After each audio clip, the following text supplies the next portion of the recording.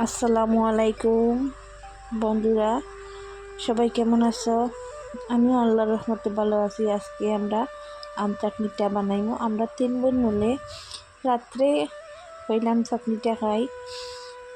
চাটনিটা দেখি আমার দিন আসলে আম চাটনিটা খুব একটা মজা লাগে পদিনা পাতা দিয়া। এটা আমরা পদিনা পাতা, কাঁচামরিচ, রসুন এটা দিয়ে বানাইমু। দেখো আমার এক বইনের চুলার আর বইনে রসুনটা চুলার আমি কাঁচামরিচটা দইলাম। আজকে একটা খুব মজার একটা স্বাদ নেব। আর আমি এটা মাখিং এটা আমি বয়সটা রাত্রিবেলা দেই।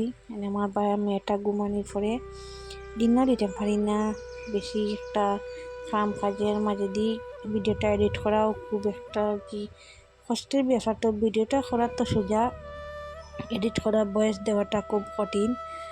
তে বাচ্চা একটাও আছে তো। আর এদিকে আমি সবসময় রাত্রিবেলাটায় বয়সটা দেই, দিনে দিতাম পারি না।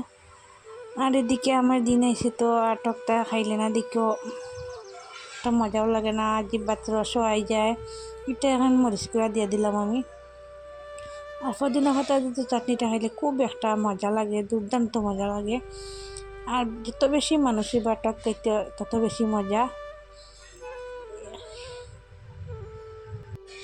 টকটা বানাইবার আগে জিবার রস আইয়েছে। আর এদিকে আমার ইতারা বাচ্চারা, আমার মেয়েরা সবে তারা খাইতে হবে। তো ছোটো এটা তো আমরা তত জিনিস দেখিও যত টক হইব তত বেশি জাল দিলে টকটার স্বাদ বেশি আয়।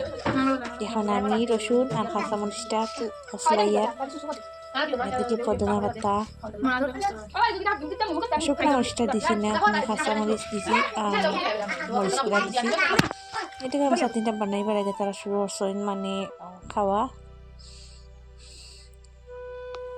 তে তারা লাইব আমার ভাই বহুত তারা 2 জন আইসেন না, তো তারা আমি দিলাইছি।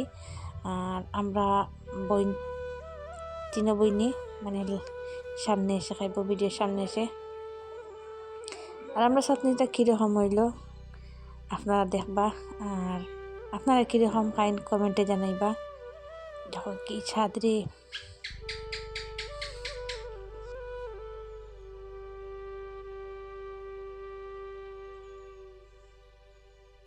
জিব্বা তেমন টক লাগছে, শরীর কেঁপে উঠছে।